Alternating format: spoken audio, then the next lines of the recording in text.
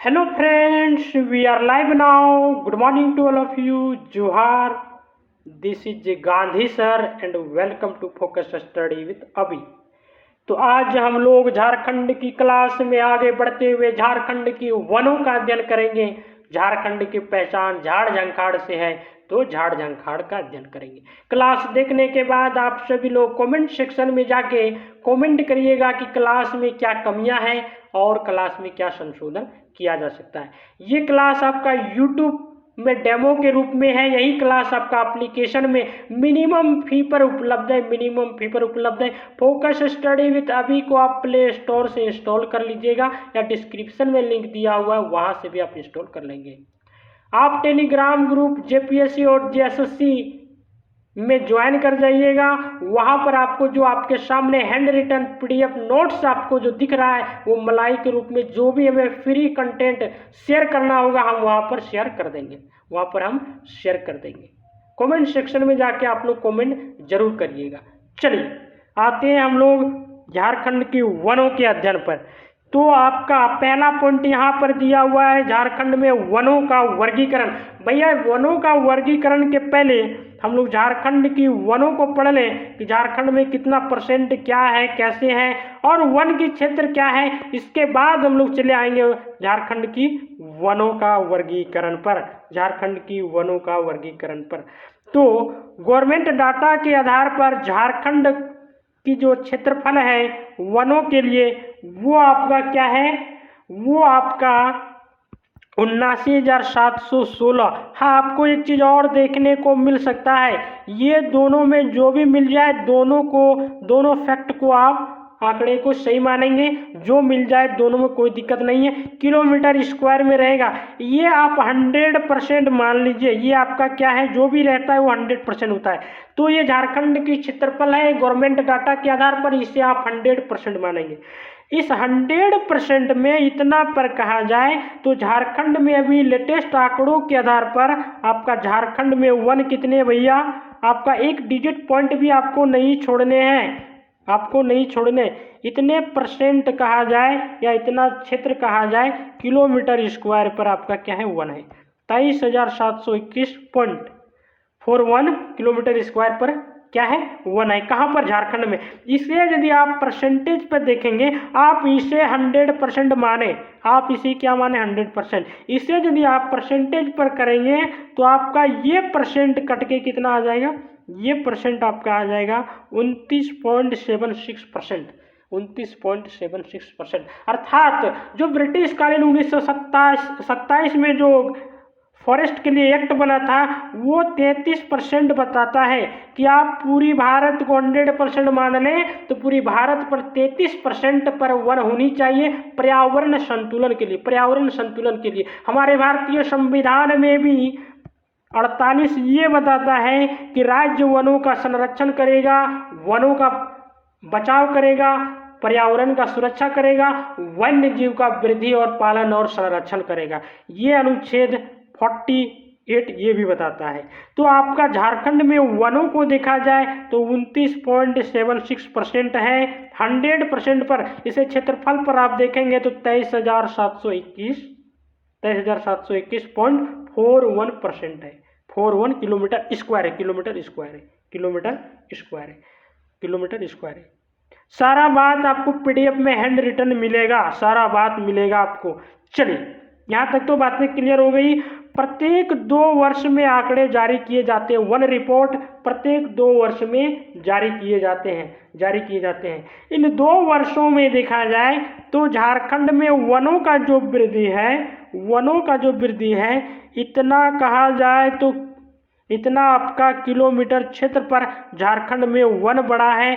2021 report के आधार पर मैं आपको ये बता रहा हूँ, 2021 रिपोर्ट के आधार पर 109.73 किलोमीटर वनों का वृद्धि दर्ज हुआ है। कहाँ पर, तो झारखंड राज्य में, है ना। और सबसे अधिक यदि वृद्धि दर देखा जाए कि झारखंड में वनों का वृद्धि हुआ तो सबसे अधिक वृद्धि कहाँ हुआ, तो सबसे अधिक वृद्धि होने वाला आपका जो जिला है वो क्या है, गढ़वा। कितना परसेंट हुआ है वृद्धि हुआ है, तो गढ़वा में आपका जाकर के 40.13% की वृद्धि हुआ है। बहुत अच्छी बात है कि पॉजिटिव है कि झारखंड के गढ़वा जिले में 40% वृद्धि हुआ है, 40% वनों का वृद्धि हुआ है। प्रति व्यक्ति यदि वन देखा जाए झारखंड में, प्रति व्यक्ति वन देखा जाए जितनी जनसंख्या उसके आधार पर, तो प्रति व्यक्ति वन आपका क्या है 0.08%। ये परसेंट किस में रहेगा, हेक्टेयर में है, ध्यान रखिएगा, यहाँ कन्फ्यूजन हो सकता है। ये हेक्टेयर में 0.08% क्या है, हेक्टेयर पर है, क्या है, हेक्टेयर पर है ना। अर्थात झारखंड में 2021 रिपोर्ट के आधार पर लगभग 110 किलोमीटर वन बढ़ा है, जो झारखंड राज्य के लिए बहुत ही बढ़िया है। और गढ़वा जो है जो 40% वनों का वृद्धि दर्ज करने वाला प्रथम जिला है, दर्ज करने वाला प्रथम जिला है। तो इसमें से एक बात और क्लियर हो जानी चाहिए कि सर वृद्धि करने वाला तो गढ़वा है, लेकिन कौन ऐसे जिले हैं जहां वृद्धि हुआ ही नहीं है, जितना वन है उतना ही है। तो आपको मिलेगा गोड्डा, आपको मिलेगा गोड्डा बिहार सीमा में, है ना। बिहार सीमा में आपका जिला क्या है, गोड्डा। गोड्डा जिले में ना वृद्धि हुआ है ना कमी हुआ है, अर्थात इसमें कहा जाए शून्य वृद्धि। तो एकमात्र जिला कौन है, गोड्डा। और इसमें से कुछ ऐसे भी जिले हैं जो घटे हैं, वन क्षेत्र घटा है आपका। कौन सा क्षेत्र है भैया, लातेहार, लातेहार मिलेगा और लोहरदगा, दोनों भाई है, लोहरदगा से ही बना है क्या, लातेहार, है ना। लातेहार लोहरदगा, गोड्डा के नीचे आपका जिला मिलेगा पाकुड़।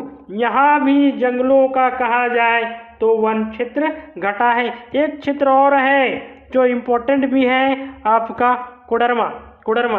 इन जिलों में इन क्षेत्रों में वनों का क्या हुआ है, कमी हुआ है, वनों का क्या हुआ, कमी हुआ। वृद्धि में गढ़वा पहला है, वृद्धि में गढ़वा पहला है, और गोड्डा शून्य वृद्धि, अर्थात ना बढ़ा है ना घटा है, ना बढ़ा है ना आपका घटा है। यहाँ तक तो बातें क्लियर हो गई सबको, सभी को क्लियर हो गई, सभी को क्लियर हो गई। थोड़ी हिस्ट्री से भी बातें ले लिया जाए, ऐतिहासिक से। 2021 में जो वन जनगणना हुआ, वन की रिपोर्ट आई, ये आपका कितना नंबर का था, तो भैया ये 17वां नंबर का था, ये 17वां नंबर का था। तो सवाल उठता है सबसे पहले वन रिपोर्ट कब आया था, तो सबसे पहले आपका वन रिपोर्ट कब आया था, 1987 में, 1987 में 1987 पहला वन रिपोर्ट आपका 1987 में आया, और अभी जो आया 2021 में वो आपका 17वां वन रिपोर्ट है, वो आपका 17वां वन रिपोर्ट है। इसमें किन्हीं को कोई कन्फ्यूजन है क्या?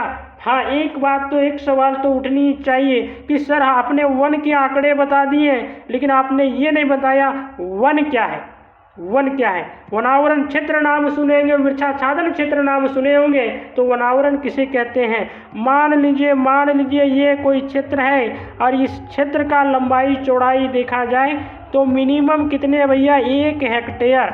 ये क्षेत्र आपका कितना है, 1 हेक्टेयर है। और इस 1 हेक्टेयर क्षेत्र पर न्यूनतम हम जा सकते हैं नीचे से नीचे तो 10% वन होना चाहिए, तब इस क्षेत्र को हम कहेंगे वनावरण क्षेत्र, तब इस क्षेत्र को हम क्या कहेंगे, वनावरण क्षेत्र। अर्थात वनावरण क्षेत्र आप उसे कहेंगे जो 1 हेक्टेयर जमीन पर, 1 हेक्टेयर भूमि पर मिनिमम से मिनिमम 10% या इससे अधिक वन होने चाहिए, इससे अधिक वहाँ पर वनों का भरमार रहनी चाहिए। बात क्लियर होगी। वनावरण क्षेत्र वो हुआ जो 1 हेक्टेयर जमीन पर 10% से अधिक वन लगे हो। अब वृक्षाच्छादन क्षेत्र भी तो आ जाएगा, वृक्षाच्छादन क्षेत्र भी तो आ जाएगा। वृक्षाच्छादन क्षेत्र आप किसे कहेंगे, वृक्षाच्छादन क्षेत्र किसे कहेंगे, तो इसकी भी एक क्राइटेरिया है, उसे भी हम लोग देख लेते हैं। क्या इसकी क्राइटेरिया है, ये आपका क्षेत्र रहा, वृक्षाच्छादन को हम समझा रहे हैं, समझिएगा, कॉन्सेप्ट है ये, है ना। ये आपका क्षेत्र रहा, ये क्षेत्र आप मान लीजिए क्या है, वही बात इसमें भी हम करते हैं। ये क्या है, 1 हेक्टेयर जमीन है, ये 1 हेक्टेयर जमीन है, और इस पे भी वन लगे हैं, वो कितने लगे हैं, 10%। इसमें कितने लगे, 10%।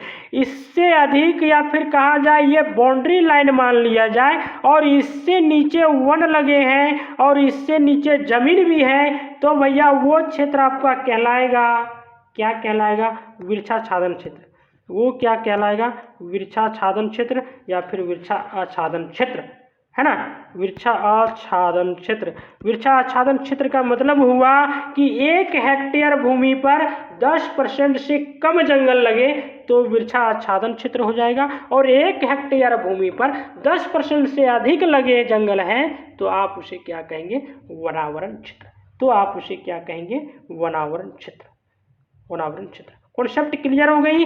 अब आते हैं हम लोग वनों की आंकड़ा। यदि हम लोगों ने देखा 79,700 कितना 16 या फिर 14, दोनों आंकड़े सरकार की है, दोनों गलत नहीं है, दोनों सही है। चलिए अब सवाल यहाँ उठता है कि झारखंड में आप लोग सुने होंगे अति सघन, नाम सुने होंगे क्या, अति सघन। तो ये अति सघन क्या होता है, अति सघन क्या होता है, जंगल लगा है तो 70% से अधिक यदि जंगल है तो वो कहलाएगा अति सघन। आप लोग एक नाम और सुने होंगे माध्यम सघन, माध्यम सघन, इसे क्या कहेंगे, 40 से लेकर के 70 तक यदि परसेंटेज में देखा जाए वन लगा है तो उसे आप कहेंगे क्या, माध्यम सघन वन। आप उसे क्या कहिएगा, माध्यम सघन वन। अर्थात 40 से 70% तक के वनों को आप माध्यम सघन वन बोलेंगे। उस क्षेत्र पर कंफ्यूज मत करिएगा। मान लीजिए ये क्षेत्र है और इस क्षेत्र पर कहा जाए तो 70% अर्थात इधर की पूरी जमीन पर आपकी क्या लगी हुई वन, तो आप इसे क्या कहेंगे, अति सघन। लेकिन वहीं यदि 70% से कम होता है तो आप उसे क्या कहेंगे, माध्यम सघन। और एक और नाम आता है, एक और कॉन्सेप्ट की बात है भैया, आप खुला वन किसे कहेंगे, खुला वन किसे कहेंगे। तो ये आपका आंकड़ा चला जाएगा 10 से लेकर के 40%, अर्थात एक दूसरे से जुड़ा हुआ है। खुला वन कहेंगे 10 से 40%, 40 से 70 मध्यम सघन कहेंगे, और 70% से अधिक यदि है तो अति सघन कहेंगे, तो अति सघन कहेंगे। अब सवाल उठता है झारखंड में कितने क्षेत्रफल पर अति सघन वन है, अति सघन वन है, कितने क्षेत्रफल पर अति सघन वन है। तो अति सघन वन जो है आपका झारखंड में, अति सघन वन जो है आपका झारखंड में कितने क्षेत्रफल पर है, तो 2601। इसे परसेंटेज पर देखा जाए तो आपका 3.26% हो जाएगा, 3.26% हो जाएगा। अति सघन वनों का ये क्षेत्रफल है, ये क्षेत्रफल है। माध्यम कितना आएगा, माध्यम सघन वन में कितना आएगा, तो माध्यम सघन वन पर आप जाइएगा तो आंकड़ा ये बढ़ जाएगा, ये आपका आंकड़ा आपका बढ़ जाएगा। आपका ये हो गया माध्यम सघन वन। इसे परसेंटेज पे देखा जाए तो लगभग अप्रॉक्स 12% जाएगा, लगभग कितना 12% है ना, लगभग कितना 12%, 9688.91, लगभग 12%। अब खुला वन कितना होगा, खुला वन, तीनों का आंकड़ा हम लोग देख लें, खुला वन कितना होगा, तो खुला वन आपका है 1143.18, अर्थात 11,431 वर्ग किलोमीटर स्क्वायर। इसका परसेंटेज आपका ऊपर वाले से 2% बढ़ जाएगा, कितना हो जाएगा 14, आपका 14%। ये कितना हो जाएगा 14%, ये आपका कितना हो जाएगा 14%। तो इस प्रकार से देखें हम लोग अति सघन वन, माध्यम सघन वन और खुला वन, यही ना। यदि इसे हम लोग तीनों के आंकड़ा जोड़ लें, तीनों के आंकड़ा जोड़ लें तो आपका वही प्राप्त होगा जो झारखंड की वनों का क्षेत्रफल हम लोगों ने देखा था। क्या देखे थे, 23,721.41%। ये आप जोड़िएगा तो आपका ये क्षेत्रफल आ जाएगा झारखंड की वनों का, वन क्षेत्रफल का। बात क्लियर, इसमें किन्हीं को कन्फ्यूजन है क्या, किन्हीं को कोई दिक्कत नहीं। अब हम लोग आते हैं वनों का वर्गीकरण पर, कॉन्सेप्ट थी ये, किन्हीं को कोई कन्फ्यूजन है तो बताएंगे। अब हम लोग चले आते हैं वनों का वर्गीकरण पर, वनों का वर्गीकरण। चलिए, यही बात हमने जो समझाया वही आपके बीच ये PDF के रूप में मिल जाएगा। टेलीग्राम ग्रुप ज्वाइन कर जाइएगा। सारी बात जो हमने समझाया वो सभी आपको यहाँ पर हैंड रिटन मेरा हाथ से लिखा हुआ नोट से आप लोग टेलीग्राम ग्रुप से ज्वाइन होके ले लीजिएगा। चलिए अब बात देख लेते हैं हम लोग वनों का वर्गीकरण। तो वनों का वर्गीकरण वनों की रक्षा के आधार पर 3 वर्गों में विभाजित किया गया है। ये ध्यान रखिएगा आप, ये जो विभाजन है ये आपकी जो विभाजन किया गया है, ये विभाजन आपका कहा जाए तो झारखंड में ही है, झारखंड में ही है। भारत सरकार या फिर कोई और सरकार के आधार पर कोई और वर्गीकरण होता है। ये झारखंड में वनों का वर्गीकरण है। कैसा है? तो पहला है आपका आरक्षित वन, दूसरा है आपका सुरक्षित या संरक्षित वन, तीसरा है या वर्गीकृत वन, या वर्गीकृत वन। इसे हम लोग जानने से पहले इसकी क्या है ये क्राइटेरिया, इसकी क्या डेफिनेशन है। जिस प्रकार से वन का डेफिनेशन वनावरण में हम लोगों ने देखा कि मिनिमम 1 हेक्टेयर भूमि पर मिनिमम 10% या 10% से अधिक वन होना चाहिए। वृक्षाच्छादन क्षेत्र में हम लोगों ने देखा कि 1 हेक्टेयर भूमि पर 10% से कम वन होने चाहिए, 10% से कम वन होने चाहिए। तो हम लोग पहले ये देख लेते हैं कि भैया आरक्षित वन किसे कहेंगे, आरक्षित वन किसे कहा जाएगा। तो आरक्षित वन का परिभाषा है जहां पशुओं को चराने की अनुमति नहीं हो और किसी भी प्रकार से लकड़ी काटने की अनुमति नहीं मिलती हो, अर्थात वो क्षेत्र जो पूर्ण सुरक्षा के अंदर रहेगा, पूर्ण नियंत्रण, एकदम कड़ी सुरक्षा में रहेगा, क्योंकि ना आपको पशु घुसाने दिया जाएगा वहां पर, ना सूखी लकड़ी को भी काटने की अनुमति है, अर्थात कड़ी निगरानी है। और उस कड़ी निगरानी को आप किस वर्ग में रखेंगे? आरक्षित वर्ग में, आरक्षित वर्ग में, अर्थात पूर्ण रूप से रोक लगा हुआ है, पूर्ण रूप से रोक लगा हुआ है। तो आरक्षित वन का परिभाषा क्राइटेरिया क्लियर हुई, कंप्लीट बातें कि पूर्ण रूप से कड़ी रोक रहेगा, आपको भी वहां पर जाना मना है। चलिए अब आते हैं सुरक्षित वन या संरक्षित वन। सुरक्षित वन या संरक्षित वन वो वन जिसमें पशुओं को चराने की अनुमति हो और लकड़ी काटने की अनुमति हो। यहाँ पर दोनों पर रोक था भैया, और यहाँ पर दोनों की अनुमति रहती है कि आप पशु को ले जाके अपने भेड़ बकरी बैल को चरा सकते हैं और लकड़ी को भी आप काट सकते हैं, लकड़ी को भी आप काट सकते हैं, लकड़ी को भी आप काट सकते हैं। ये संरक्षित वन का परिभाषा है, ये संरक्षित वन का परिभाषा है। ठीक है। या वर्गीकृत वन, नाम से ही पता चल रहा है जो किसी भी वर्ग में शामिल नहीं हो, मतलब ना आरक्षित है ना संरक्षित है, कोई वर्ग में शामिल नहीं है, तो आप उसे क्या कहिएगा? या वर्गीकृत वन। तो आप उसे क्या कहिएगा? या वर्गीकृत वन। परिभाषा तीनों वर्गीकरण क्लियर हुआ, परिभाषा तीनों का क्लियर हो गई, परिभाषा तीनों का क्लियर हो गई। चलिए अब हम लोग क्या करते हैं, आगे देखते चलते हैं कि कितना % क्षेत्र पर और कहाँ है, कैसे है और किस प्रकार से झारखंड में विस्तार है, झारखंड में विस्तार है ना।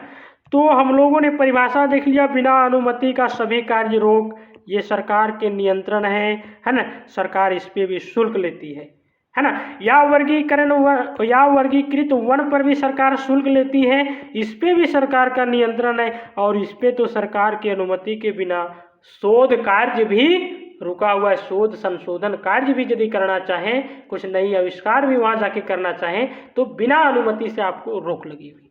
ठीक है, रोक लगी हुई। तो झारखंड के हम लोगों ने कंप्लीट देखे अभी भैया, इतने % क्षेत्रफल पर क्या परसेंटेज पर क्या है वन का विस्तार है, कितने क्षेत्र पर? 29.76 पर क्या है परसेंटेज के आधार पर वनों का विस्तार है। उसमें से 17.90 अर्थात 18% पर आपका कौन सा वन है, आपका कौन सा वन है? 18% पर आपका, हम लोग 3 वनों का वर्गीकरण देखें तो 18% लगभग क्षेत्रफल आपका आरक्षित वन है, आरक्षित वन है ना। कौन सा वन है? आरक्षित वन। कितने % पर? 18%। इसे क्षेत्रफल पर यदि देखा जाए तो कितना होगा? 45,000 वर्ग किलोमीटर स्क्वायर, 45,000 वर्ग किलोमीटर स्क्वायर। और यदि क्षेत्र देखा जाए कि झारखंड में कौन सा क्षेत्र में आरक्षित वन सबसे अधिक है, तो कोल्हान है, पुरहाट है, पलामू क्षेत्र आपको मिलेगा। ठीक है, ये बातें क्लियर हो गई सीक्वेंस बाय सीक्वेंस। परिभाषा हमने देख लिया, कहाँ है देख लिया, कितना % है देख लिया, क्षेत्रफल देख लिया। इसी प्रकार से दोनों को भी हम लोग क्या करते देख लेते हैं, है ना। ये आपका आरक्षित से कम प्रतिबंध, मतलब इसके तुलना में ये कम सुरक्षा है, इसके तुलना में कम सुरक्षा, क्योंकि परिभाषा इसे बता दिया। लेकिन ये ध्यान नहीं रखिएगा एकदम सुरक्षा खत्म है, ऐसी बात नहीं, सरकार के नियंत्रण में है भैया, सरकार के नियंत्रण में है। ये % देखा जाए कि झारखंड में कितना % है, आप 29.76, इसे आप 30 पॉइंट कर दीजिएगा याद रखने के लिए, लेकिन ये एग्जैक्ट डिजिट भी याद रखिएगा 29.76। इस पे देखा जाए तो आपका 100% यदि पूरी झारखंड में मानेंगे और वनों का में जो 29 पॉइंट इतना वन है उसमें से देखा जाए तो लगभग 76% मतलब 75.83%, 75.83% पर आपका सुरक्षित वन संरक्षित वन है। सुरक्षित वन संरक्षित वन है। इसका क्षेत्रफल देखा जाए तो 18,922 किलोमीटर स्क्वायर है, 18,922 किलोमीटर स्क्वायर है। और स्थान यदि देखें तो प्रथम आपका आएगा हजारीबाग, प्रथम आएगा हजारीबाग। ध्यान रखिएगा इसमें प्रथम याद रखिएगा, सभी को याद रखना उतना आवश्यक नहीं है, लेकिन आप प्रथम याद रखिएगा, जेपीएससी में यहाँ से सवाल उठाने की संभावना बनती है। तो पहला आप इस पे याद रखिएगा कोल्हान और पोरहाट। दूसरा में आप याद रखिएगा इसका सुरक्षा या संरक्षित वन में, सुरक्षा संरक्षित वन में पहला याद रखिएगा हजारीबाग, और आरक्षित वन में पहला आप याद रखिएगा कोल्हान और पोरहाट, कोल्हान और पोरहाट। अब आते हैं हम लोग अवर्गीकृत वन, या वर्गीकृत वन। या वर्गीकृत वन क्लियर है, किसी भी वर्ग में हम नहीं रहेंगे। पशु चराइए, लकड़ी काटिए, कोई दिक्कत नहीं, कोई भी काम आप कर सकते हैं। ध्यान रखिएगा सरकार बिना टैक्स से नहीं चलती है, कोई वर्ग में जंगल नहीं है, फिर भी सरकार शुल्क लेती है, फिर भी सरकार शुल्क लेती है। लेकिन इसका परसेंटेज देखा जाए तो झारखंड में विस्तार बहुत कम है, 6.75%, 6.75%। और क्षेत्रफल देखा जाए तो कितना है, 1,696 वर्ग किलोमीटर स्क्वायर, 1696 वर्ग किलोमीटर स्क्वायर। सबसे अधिक कहाँ होगा ये वन, साहिबगंज में। सबसे अधिक ये वन कहाँ होगा, या वर्गीकृत वन साहिबगंज में। ये ध्यान जरूर रखिएगा, वेरी वेरी इंपॉर्टेंट है साहिबगंज, साहिबगंज। तो आप पहला जरूर याद रखिएगा, पहला में आरक्षित में कोल्हान पोरहाट, पहला में संरक्षित में हजारीबाग, और पहला या वर्गीकृत में साहिबगंज। तो हम लोगों ने परिभाषा, क्षेत्रफल, परसेंटेज और क्षेत्र सबका देख लिए, सभी देख लिए वनों का वर्गीकरण। अब इससे आगे बढ़ते हुए हम लोग देखते हैं झारखंड में वन क्षेत्रफल पर कौन ऐसे जिले हैं, क्योंकि वनों के वर्गीकरण के आधार पर देखनी है कि कौन से जिले में सबसे अधिक है, कौन सा क्षेत्रफल है, कितना विस्तार है। लेकिन अब इसे हम लोग वनों को देखते हैं, कौन सा जिला में सर्वाधिक वन है, कौन सा जिला में न्यूनतम वन है, कौन सा जिला में न्यूनतम वन है।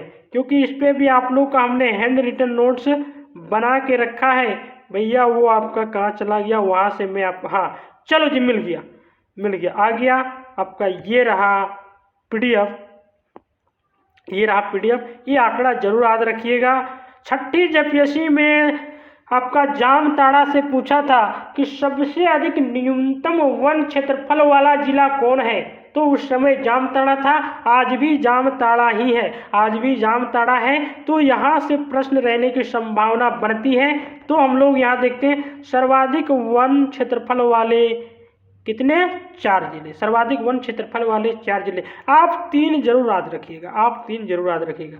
पहला पश्चिमी सिंहभूम, पश्चिमी सिंहभूम कितना है, 3,368 है ना, 3368.44 किलोमीटर स्क्वायर, ये आपका पश्चिमी सिंहभूम। लातेहार में कितना है, 2403, 2403.04 किलोमीटर स्क्वायर में है, किलोमीटर स्क्वायर में, ठीक है। चतरा में कितना है, चतरा में कितना है, 1782.09 है ना, 0.09। ये 3 आप जरूर याद रखिएगा। और 2-3 बार क्लास देखने के बाद या फिर इसी बात को बार बार आप सुनेंगे तो आपका याद हो जाएगा।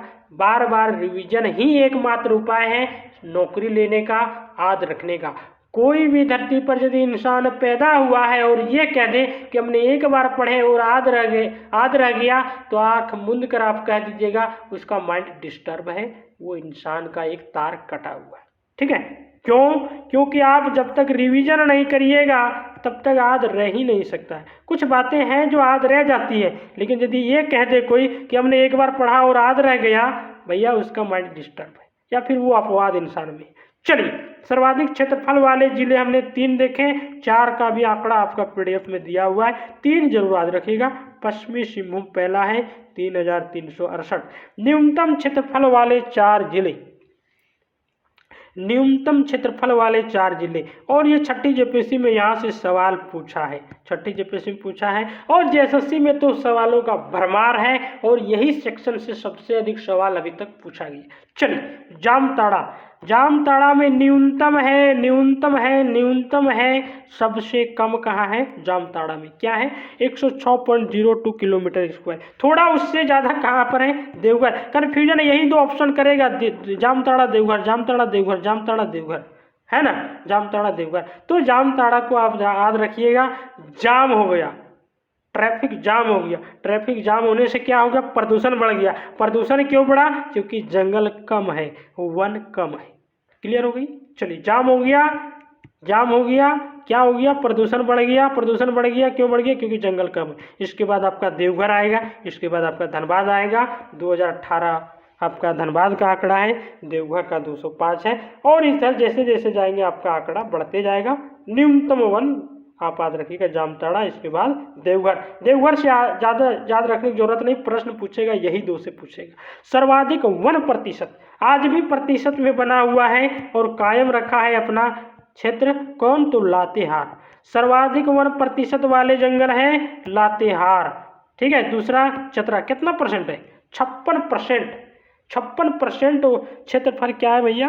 वन है ना। चतरा में देखा जाए तो 47.93% पर, चतरा में 47.93%, और पश्चिमी सिंहभूम में 46.63%, 46.63%।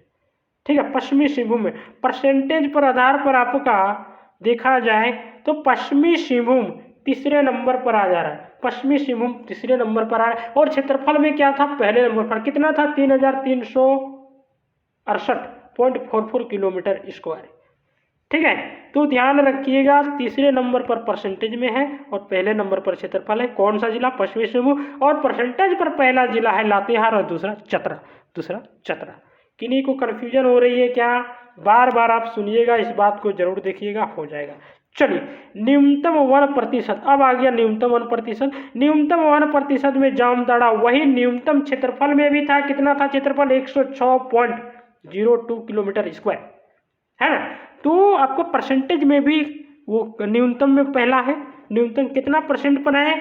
5.85%, 5.85%, 5.85%। कहाँ? जहाँ जाम लगा था, प्रदूषण बढ़ा था, जंगल कम था। कहाँ पर जाम लगा था? कहाँ पर जाम लगा था? तो जामताड़ा में। इसके बाद आप चले आएंगे किस पे?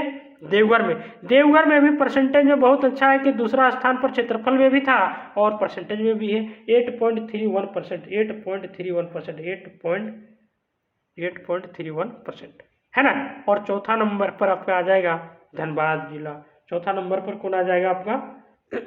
सॉरी, तीसरा नंबर पर, तीसरा नंबर पर आपका है धनबाद। तीसरा नंबर पर आपका क्या है? धनबाद। चौथा नंबर में तो दुमका आएगा। चौथा नंबर में तो चौथे नंबर पर आपका दुमका आ जाएगा। चौथे नंबर पर क्या है भैया? दुमका आ जाएगा। तो याद रखिएगा, न्यूनतम परसेंटेज और क्षेत्रफल में भी जामताड़ा, दूसरे स्थान पर देवघर, दोनों जगह पर है। किस पे? क्षेत्रफल में भी और परसेंटेज पे भी। ठीक है। तो इस प्रकार से आप 3 मिनिमम जरूर याद रखिएगा, 3 मिनिमम जरूर याद रखिएगा। अच्छा, हमने क्या किया है? वो जो हमने आपको पढ़ाया वनों का वर्गीकरण, वनों का वर्गीकरण, उसे हम क्षेत्रफल, उसे हम पीडीएफ में मानचित्र में भी मैपिंग भी कर दिए, ताकि आप लोग को याद रहे, आप लोग को याद रहे। और सघन और अति सघन का भी हमने आंकड़ा सहित पीडीएफ में हमने चेंज करके रख दिया। बहुत अच्छी है। चलिए, ये आपको मैं समझा दूं ये कहाँ से आया। हमने वनों का वर्गीकरण अभी पढ़ रहे थे ना। क्या पढ़ रहे थे? आरक्षित वन, संरक्षित वन, अवर्गीकृत वन पढ़ रहे थे ना, जब पशुओं को चराने नहीं दिया, पशुओं को। तो वही यहाँ पर भी है, उसी को हमने मैपिंग में बदल दिया, उसी को हमने मैपिंग में बदल दिया। तो सबसे पहले हम लोग आते हैं, पहला पॉइंट था आरक्षित वन। पहला आपका क्या था? आरक्षित वन, है ना, आरक्षित वन। ये आपका जो क्षेत्र देख रहे हैं, ये क्या है? आरक्षित वन है। आरक्षित वन है, कितना परसेंट था और कितना क्षेत्रफल ये। और ये हमने क्यों काम किया? ये काम हमने हैंड रिटन क्यों कर दिया? इसलिए किए क्योंकि मैपिंग में यदि आप इस क्षेत्र को डीप कर लेंगे कि ये क्षेत्र में आपका आरक्षित वन है, तो आप धीरे से आप कह सकते हैं कि ये क्या पड़ेगा भैया? तो कोल्हान और पुरहाट का क्षेत्र। ये क्या पड़ेगा? कोल्हान और पुरहाट का क्षेत्र। यही ना कहेंगे आप। जो ही इसके ये जाएंगे तो ये सीधा आंख मूंद के आप कह सकते हैं पहला क्लास याद करिए झारखंड का परिचय। ये क्षेत्र आप कहिएगा क्या है? हजारीबाग। ये क्षेत्र क्या है? हजारीबाग। और पहला हजारीबाग में सुरक्षा के लिए यही है। कितना परसेंट पर था सुरक्षित वन? 75.83%, 18,922 kilometre square. लेकिन पहला हमने यहाँ पर ध्यान रखिएगा मैपिंग में केवल और केवल पहला जिला या पहला स्थान को किए, ताकि आज आप पहला स्थान को ही रखिए। प्रश्न पूछेगा तो पहला सही पूछेगा, दूसरा से वनों का वर्गीकरण में नहीं पूछेगा। चलिए इससे ज़्यादा और क्या बोले। ये आपका हजारीबाग क्षेत्र है। ये आपका हजारीबाग क्षेत्र है। ठीक है। ये क्षेत्र आप देख रहे होंगे, वो क्षेत्र आप देख रहे होंगे। ये क्षेत्र आपका क्या है? ये क्षेत्र आपका क्या है? ये क्षेत्र आपका क्या है? साहेबगंज। ये क्षेत्र साहेबगंज। तो साहेबगंज में क्या है? या वर्गीकृत वन। या वर्गीकृत वन।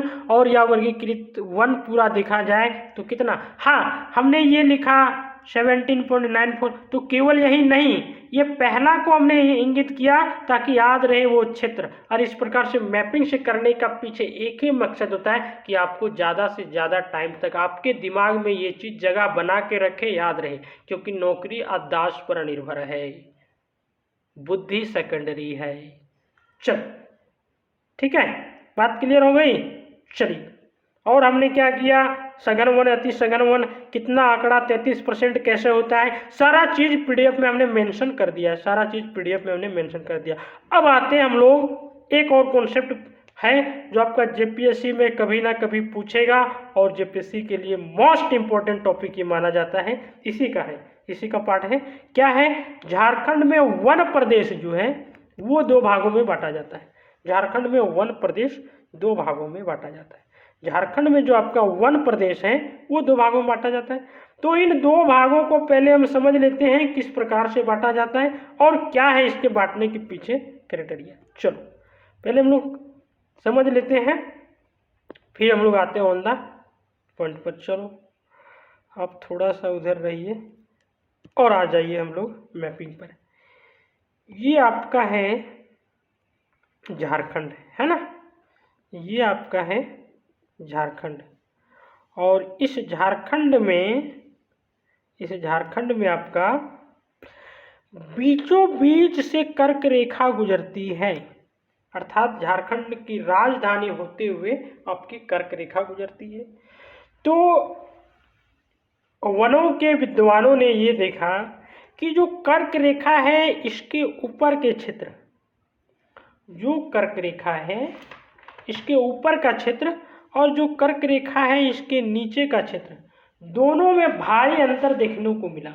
और इस अंतर को उन्होंने जब देखा तो ये बताएं कि भैया इधर का वन में तो आर्द्र पर्णपाती दिखा जाता है, अर्थात इधर के वनों में पानी का मात्रा अधिक है।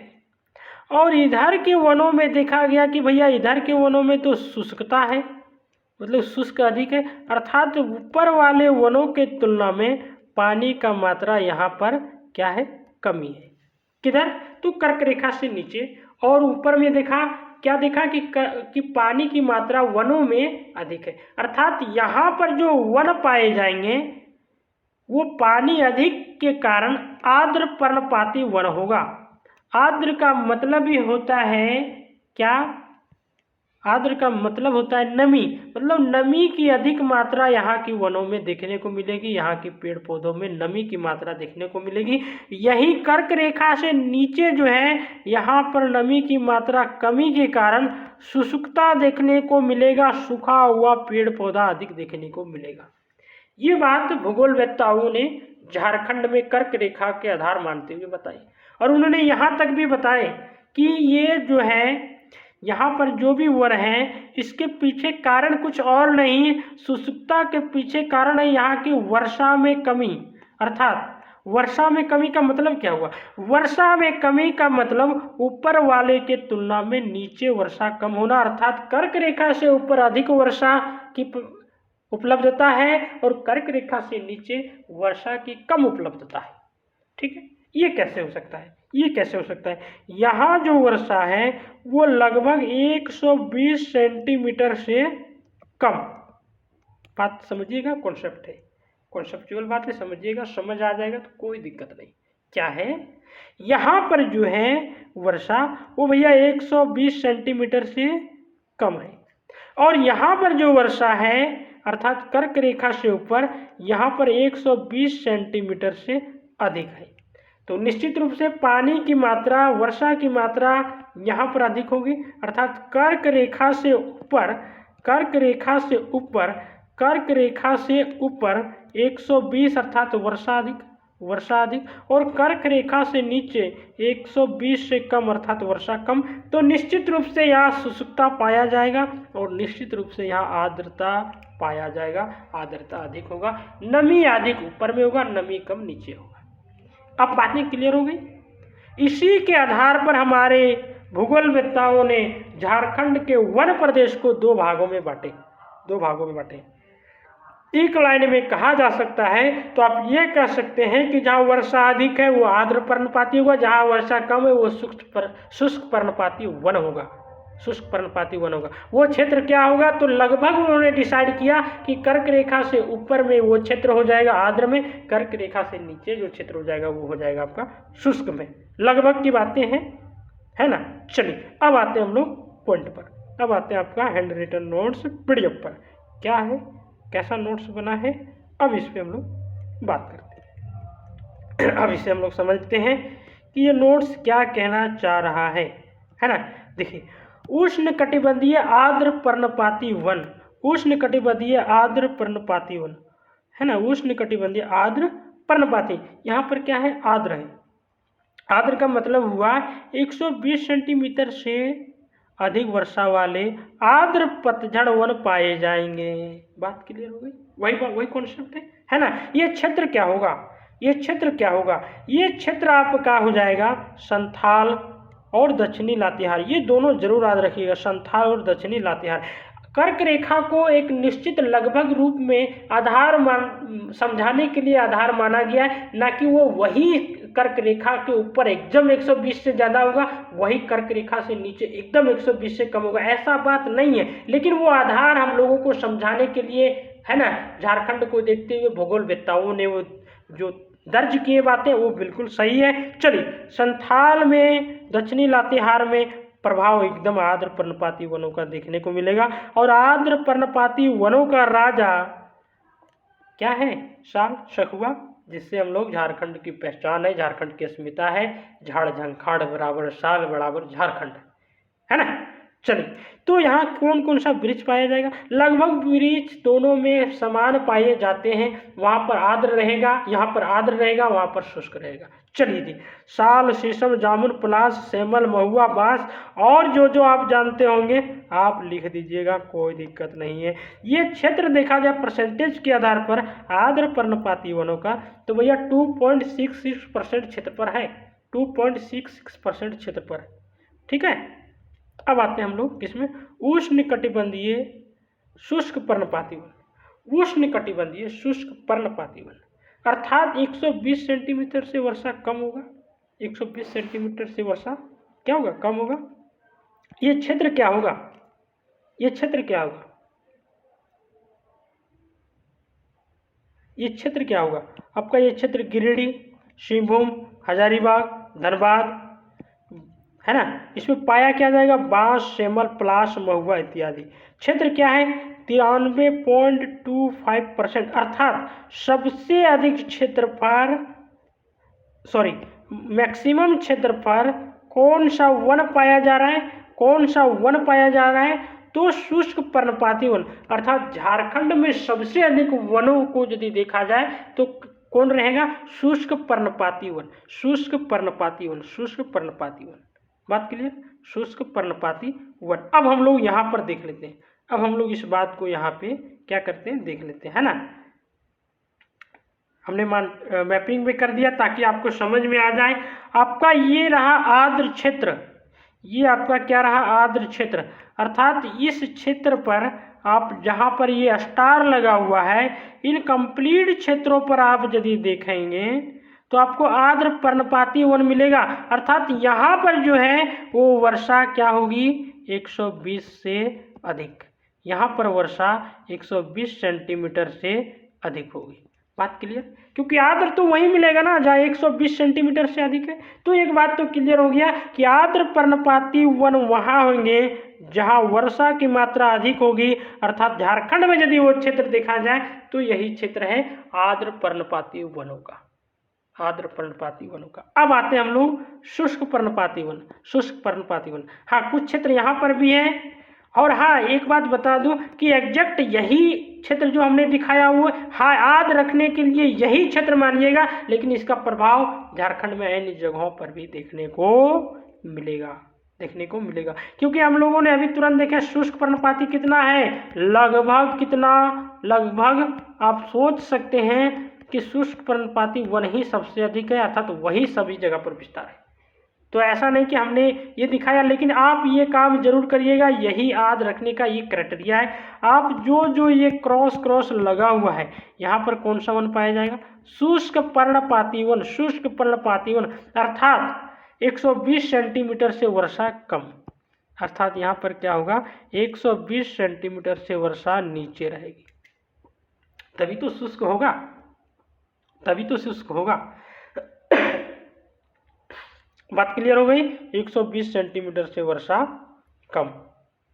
वर्षा ऋतु में हमने पढ़ाया था सबसे अधिक वर्षा प्राप्त करने वाला स्थान नेतरहाट है, लेकिन जिला यदि पूछे तो भैया आपका हजारीबाग है। तो जिला आपको पूछे तो हजारीबाग है। उसी प्रकार से शुष्क पर्णपाती वन वो वन है जहाँ पर वर्षा 120 से कम मिलेगा। आर्द्र पर्णपाती वन वो वन प्रदेश है जहाँ 120 सेंटीमीटर से वर्षा अधिक होगी, वर्षा अधिक होगी। तो इस प्रकार से झारखंड का हम लोग कंप्लीट वनों का अध्ययन करने के साथ साथ वनों का विभिन्न वर्गीकरण देखें, वन प्रदेश जो देखें कि दो प्रकार से वन प्रदेश बांटा हुआ, वन का आर्द्र पर्णपाती वन और शुष्क पर्णपाती वन। अच्छा एक शब्द और आप लोग को यहाँ मिला होगा, क्या मिला होगा, उष्ण कटिबंधीय, दोनों में लिखा है उष्ण कटिबंधीय आर्द्र पर्णपाती वन, उष्ण कटिबंधीय शुष्क पर्णपाती वन। तो हमने झारखंड का परिचय पहला क्लास में हमने समझाया था कि ये आपका ग्लोब रहा, का ग्लोब रहा 0 डिग्री विषुवत रेखा या है ना, या फिर भूमध्य रेखा, कर्क रेखा 23.5 डिग्री उत्तर, 23.5 डिग्री नीचे दक्षिण में मकर रेखा। तो इस क्षेत्र में पड़ने वाले देश राज्य जो भी होंगे वहाँ की जलवायु कैसी होगी, उष्ण, कैसी होगी, उष्ण कटिबंधीय। क्यों होगी, क्योंकि यहाँ पर जो ताप है, यहाँ पर जो ताप है वो सबसे अधिक मिलता है। क्यों, क्योंकि सूर्य का जो किरण है, सूर्य का किरण लंबवत इसी क्षेत्र में पड़ता है, इसलिए यहाँ की जलवायु उष्ण है। उष्ण का मतलब अपनी भाषा में कहें तो क्या कहिएगा, गर्म, जोड़ देता है उष्ण कटिबंधीय, मतलब गर्म क्षेत्र, गर्म क्षेत्र। बात क्लियर हो गई, कन्फ्यूजन है क्या? इसीलिए वहां पर लिखा है उष्ण कटिबंधीय आर्द्र पर्णपाती, उष्ण कटिबंधीय शुष्क पर्णपाती। अर्थात उष्ण कटिबंधीय में भी आर्द्र है, उष्ण कटिबंधीय में भी शुष्क है, उष्ण कटिबंधीय में भी आर्द्र है, उष्ण कटिबंधीय में भी शुष्क है। आर्द्र वहाँ होगा जहाँ 120 से अधिक वर्षा होगी, शुष्क वहाँ होगा जहाँ 120 से कम वर्षा होगी, 120 से कम वर्षा होगी। और झारखंड में वनों का प्रदेश में 93.25% किसका है, उष्ण कटिबंधीय शुष्क पर्णपाती वनों का, उष्ण कटिबंधीय शुष्क पर्णपाती वनों का। तो आज की क्लास यहीं रखते हैं। आप लोग क्लास देखने के बाद कमेंट सेक्शन में जाके कमेंट करिएगा कि क्लास में क्या कमियां हैं, क्या संशोधन किया जा सकता है। Thank you very much.